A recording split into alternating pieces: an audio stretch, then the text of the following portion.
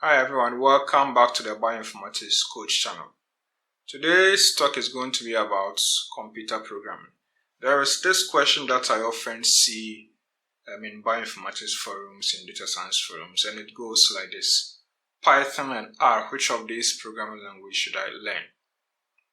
And so today I'm going to give you some advice that will help you to select which of these, to help you to select one of these programming languages to learn or to start with. So let's get started.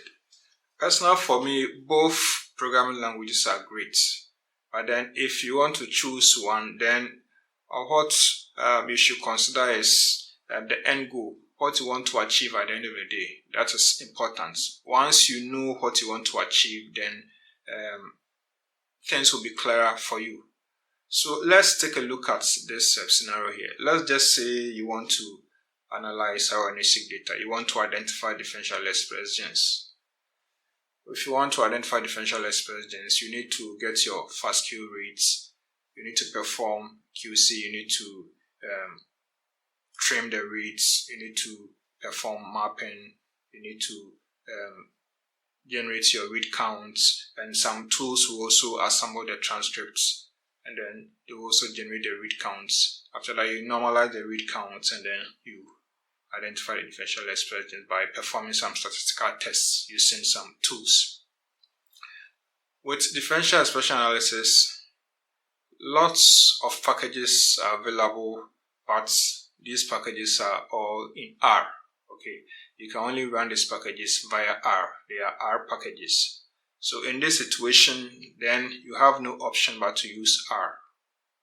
Okay, so with this scenario, the end goal is to identify differential expressions. The packages are in R, and therefore you have to learn R. You have to use R for your tasks. So this is an example of a scenario where knowing the end goal will help you to achieve, or will help you to select the programming language to learn or to start. So that's how it is. Let's look at another scenario. Let's just say you want to build machine learning models. If you want to build machine learning models, both R and then Python have packages that will help you do that. But then if you are comparing them, there are lots of packages available in Python compared to R, and therefore it will be easy for you to get documents and to help you learn machine learning using Python compared to R.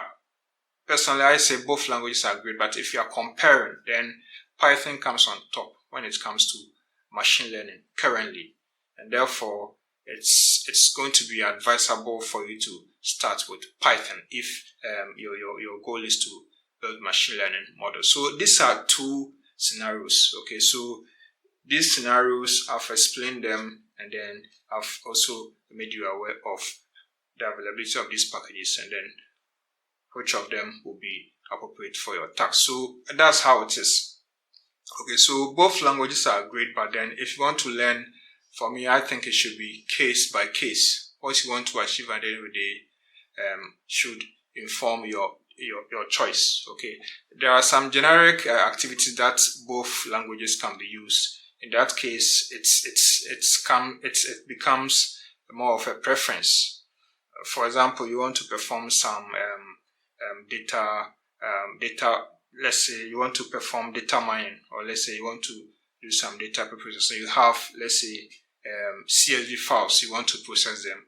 Then Python and then R both have packages that will help you to process the data in this file format. So any of them will be great. Okay, so in this situation, it's about preference. And so this is how it is. Both languages are great, and you can use any of them to start your work. But then you need to make sure that whichever language you choose to learn will help you to achieve your goal. So that's how it is. So that's all for this tutorial. And if you are interested to learn how Python and R are both used for bioinformatics, then you can check the playlists that have been shown now. So that'll be all for this talk, and I'll see you in the next session. Goodbye.